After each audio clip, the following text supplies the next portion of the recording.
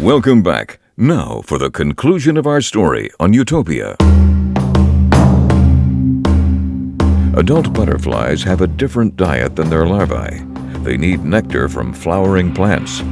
Some common Utah flowering plants that monarchs prefer include milkweed, rabbit brush, thistle, goldenrod, aster, and sunflowers. The monarch butterflies have unique dietary and reproduction needs, so every parking lot and highway that replaces milkweed and nectaring plants is a direct assault on monarchs' survival. So they need food to eat, and their caterpillars need food to eat. So plant your milkweed, plant flowers that bloom spring, summer, and fall so that they have flowers all year long to nectar on. That not only helps our monarchs and our pollinator bees, but it helps with the hummingbirds, it helps with our bats. So there's a lot of things that this small, tiny little project and one small, tiny little insect is helping. It's a bigger story that people are missing. It's a keystone species that we're unfortunately losing.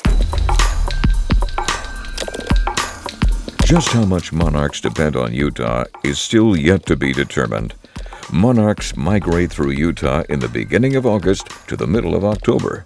During this time, the Uinta Basin Bird and Butterfly Group go out about twice a month and spend all day looking for butterflies and their larvae. In 2019, the team in the Uinta Basin tagged 201 adult monarch butterflies. And so there's 5 to 6 generations of monarchs that are going from Southern California and Mexico up to somewhere in, North America, and then they're coming back down. And so for Utah, we're getting the hind end of everything. Everybody's coming back to snowbird for the winter. So we're getting those final stages of butterflies that maybe will be laid here and then making their final migration back to California or back to Mexico to live for 6 to 8 months and then make that journey back. How butterflies know in their DNA which way to migrate is a great mystery, but one that Utah biologists and citizen scientists are dedicating their expertise to better understand. So we're in the home stretch right now to hopefully get the final group to California or to Mexico to overwinter in the longest life cycle. And that's what we don't know. That's the information and the data we're trying to gather is where do these monarchs from Utah go to after they've become butterflies in the fall? Are they the last generation? Are they the ones that are going to California? Are they the ones that are going to Mexico and overwintering for 6 or 7 months? Which is crazy when you think about a butterfly. Usually they don't live that long. Most of the time they live 2 to 5 weeks. This final generation will probably live 6 to 8 months. Oh, wow. Right. And it's crazy how nature works like that. It's evolved to be that way. The monarchs emerging in the spring or early summer start reproducing within a few days. Monarchs born in the late summer or fall recognize the environmental cues that winter is coming. Thus, they spend their time heading south for warmer weather. While the distances the monarchs migrate is impressive for such a delicate animal, the most impressive thing about the migration is it happens over multiple generations. In other words, the monarchs that leave California to summer in Utah or Montana are not the same individuals that return to California. It is the California monarchs' great-great-grandkids or great-great-great-grandkids that return. This has to be one of the most magical and mind-blowing mysteries of nature. So in the state of Utah, in 2019, we were lucky enough after we tagged hundreds of butterflies that one butterfly that was tagged in somewhere in American Fork, Pleasant Grove area was recovered in California. It's huge.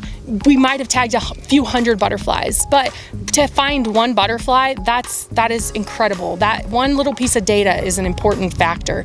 We know that butterfly went all the way from American Fork, traveled to California, and that's where he decided to overwinter. The knowledge that will be gained from Tanya and her group is invaluable to humanity. To put it simply, without pollinators, there is no life as we know it. The movement of pollen between plants must occur for the plant to produce fruits, seeds, and new plants. The other cool thing about doing this project with tagging monarch butterflies is that you can include everybody. Your grandma can do it, your kid can do it. It's socially distancing and fun. You can look for butterflies in your own backyard, and what a better way to get kids and adults and people outside and into the outdoors than go after butterflies.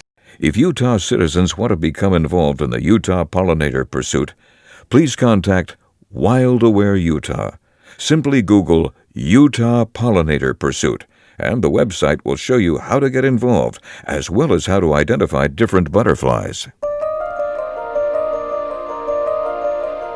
We choose butterfly to help us do management because it's a charismatic species, and everyone loves butterflies. Everyone likes to see them, and so if we manage for the things that the public likes to see, then everything that's with it, that's living alongside it, will also get those same protections. Because the Great Basin silverspot butterfly and monarch butterflies are teetering on the brink of extinction, efforts are being made by land managers to develop and restore habitat on public and private property. If homeowners can be recruited to follow suit, then these species, and maybe our own species, will have a better chance of survival.